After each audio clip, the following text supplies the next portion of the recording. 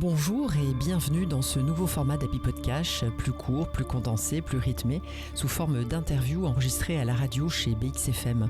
J'y reçois chaque semaine des fêlés, des entrepreneurs au profil et au parcours atypiques, pour échanger sur leur capital identitaire, humanitaire et monétaire, le tout en une petite dizaine de minutes. Et aujourd'hui, j'ai l'immense plaisir d'accueillir Catherine Cianci. Bonjour Catherine. Bonjour Valérie. Alors Catherine, vous êtes une atypique aux talents multiples, créatrice, intuitive et expressive. Diplômée de l'IEX, vous avez d'abord travaillé dans l'humanitaire et le social, mais vous avez vite ressenti un appel pour l'entrepreneuriat. Après un tour du monde de 15 mois à la rencontre de l'humain derrière l'huile essentielle, vous avez créé votre entreprise Terre d'Aroma, développé Aroma Coaching et créé un centre de thérapie naturelle. Puis, vous avez à nouveau ressenti le besoin de créer et vous avez cédé votre centre. Après une période d'introspection sur l'île de la Réunion, vous avez cheminé vers la valorisation de l'invisible. D'abord avec le web grâce au Covid, avec des ateliers, du coaching, un sommet des entrepreneurs du sensible, un premier livre. Puis la perte financière de votre troisième sommet vous a fait réaliser votre vrai besoin, développer des relations réelles. Vous avez mixé le faire et l'être pour aller à la rencontre de votre public avec l'écriture de votre deuxième livre. Alors Catherine, votre audace, votre intuition, votre capacité d'analyse sont-elles des talents innés ou bien transmis? Et bien sûr, comment vous avez développé tout ça? Merci pour cette question Valérie que je trouve extrêmement intéressante. Alors moi je dis souvent que depuis que je suis enfant, j'ai toujours eu cette intuition extrêmement développée. C'est juste qu'en fait je ne comprenais pas ce que c'était. Évidemment. Et des années plus tard, il y a peut-être une dizaine d'années, j'ai pris conscience en fait que aussi loin que je m'en souvienne, je classais les gens en deux catégories, ceux que ma maman allait aimer et ceux que ma maman n'allait pas aimer, qui étaient en fait, si vous voulez, un peu des référentiels d'enfants. J'ai compris après que c'était en fait mon intuition. Et je dirais que pour moi, donc elle a toujours été là pour répondre à votre question. Et mon chemin à moi, c'est pour ça que mon nouveau livre s'appelle « Comprendre l'invisible pour manager autrement », parce que ça a été vraiment mon chemin à moi. Ça a été de tirer le fil pour comprendre en fait quelles étaient les dynamiques derrière l'invisible et derrière l'intuition. Bien sûr. Et vos parents peut-être avaient aussi ce don? Mon père, je ne dirais pas. Ma mère, je dis souvent que je descends d'une famille de sorcières. Donc, voilà. Oui, ma mère est extrêmement intuitive. Les femmes sont très connues pour ça. Nous avons parlé de votre capital identitaire, de votre intuition. Je vous propose maintenant d'éclairer votre capital humanitaire. Alors, vous accompagnez vos clients à développer une autre approche du management et de la gestion d'entreprise, basée donc sur l'intuition et le sensible. Et vous venez de publier votre second livre aux éditions Erol, Comprendre l'invisible pour manager autrement. Alors, est-ce que vous pouvez nous partager des recettes pour connecter les entreprises à l'invisible, pour leur apprendre justement à faire du business autrement? Et surtout, quels sont aussi ses clients? Alors, ce que j'ai pu constater, c'est que souvent, cette introduction de l'invisible en entreprise, ça part du dirigeant, en fait. Ah bah évidemment, hein, ça descend. Ouais, exactement. Et ça peut donner des très très belles choses et je pense que ça donne du coup aussi des permissions aux collaborateurs. Après, je ne veux pas non plus démotiver les collaborateurs qui nous écouteraient, dans le sens où je pense que même dans son travail au quotidien, que ce soit opérationnel ou stratégique, on peut très bien, je dirais, mobiliser son intuition en fait. Mais si on parle à l'échelle vraiment institutionnelle, ça part généralement d'un dirigeant ou d'un chef de service.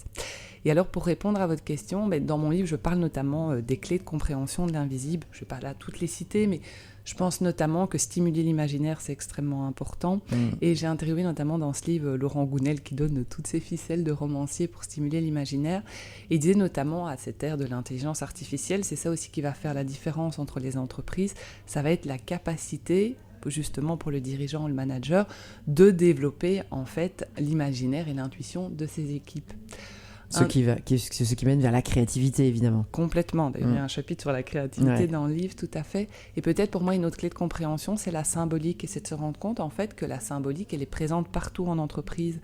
Que ça soit notamment au travers des titres de poste, de l'aménagement des locaux, des rituels qu'on peut avoir en entreprise. Tout ça, c'est de l'invisible, en fait. Et donc, je pense qu'un des chemins en entreprise, c'est aussi de mettre de la conscience sur ce qui est là. Toujours la fameuse conscience, l'éveil de la conscience, parce que c'est la première étape évidemment pour pouvoir faire autre chose. Tout à fait. Et donc vous avez des clients qui viennent vers vous, des clients que vous ciblez, de quelle taille ? Quand vous dire de quelle taille, quel type de client, c'est quel ça? type d'entreprise? Mais ce sont surtout, je travaille beaucoup avec des dirigeants et des entrepreneurs ou des chefs d'entreprise. Donc ça peut être des personnes qui ont une toute petite équipe à gérer, mais c'est aussi extrêmement intéressant d'aller mobiliser tous ces leviers-là. Et puis j'ai des personnes qui ont des boîtes d'une centaine de collaborateurs. Et alors ils viennent vers vous, ils entendent parler de ce concept de l'invisible, vous les rencontrez comment? J'ai eu plusieurs portes d'entrée. Je pense notamment à une dirigeante que j'aime beaucoup, que j'ai interviewée dans mon livre, qui a été une de mes clientes à plusieurs reprises et qui m'avait découvert par un post sur la numérologie, en fait. Donc, qui peut être une forme de porte d'entrée. Bien sûr. Et là, c'était pour trouver des réponses, je dirais, à des enjeux qu'elle rencontrait à cette époque-là. Ça peut être ça. Ça peut être aussi des personnes qui viennent parce qu'ils ont... comme moi j'ai une formation en communication, vous l'avez dit, souvent les gens arrivent vers moi par la porte de la communication et ça débouche généralement sur le positionnement, sur le leadership, parce que l'invisible vient toucher à tout ça en fait. Bien sûr.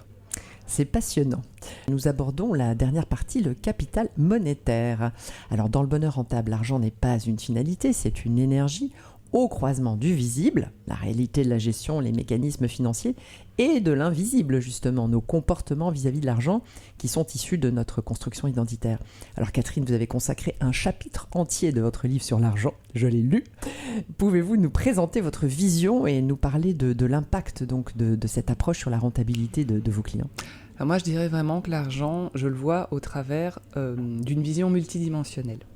Donc, comme vous venez de le citer, il y a le côté, je dirais, très mental, qui est le fait de faire sa compta, de faire ses comptes, d'avoir de la conscience sur ses dépenses et sur ses rentrées.